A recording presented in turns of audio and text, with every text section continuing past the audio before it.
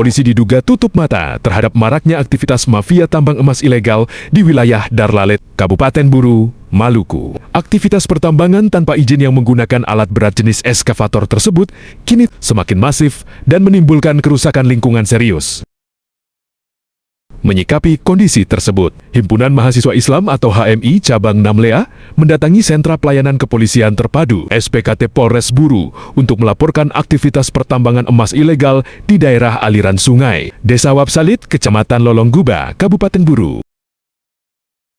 Dalam laporan tersebut, HMI Cabang Namlea melaporkan 9 orang yang diduga terlibat sebagai pelaku dan donatur tambang emas ilegal. Mereka antara lain berinisial HB, HJW, LK, ND, GW, MW, UMPL, dan S.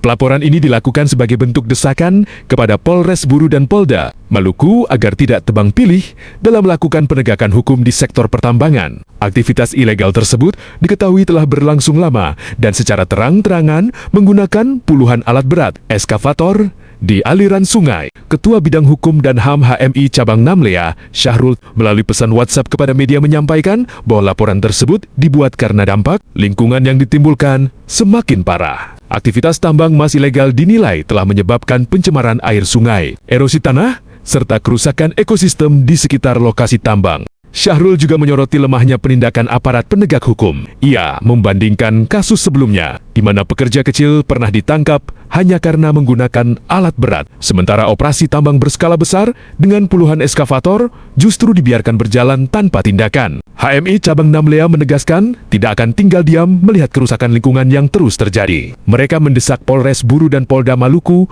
untuk segera menindaklanjuti laporan tersebut, memproses para pelaku, serta menyeret para donatur tambang ke ranah hukum secara adil dan transparan. Sebagai informasi, aktivitas pertambangan emas tanpa izin melanggar Undang-Undang Nomor 3 Tahun 2020 tentang perubahan atas Undang-Undang Nomor 4 Tahun 2009 tentang pertambangan mineral dan batu bara, dengan ancaman pidana penjara hingga 5 tahun dan denda maksimal sebesar 100 miliar rupiah. HMI Cabang Namlea berharap aparat penegak hukum bertindak tegas demi keadilan hukum dan keselamatan lingkungan di Kabupaten Buru. Reporter Luluk dan Aji melaporkan. Jateng Gayeng TV, media informasinya Wong Jawa Tengah.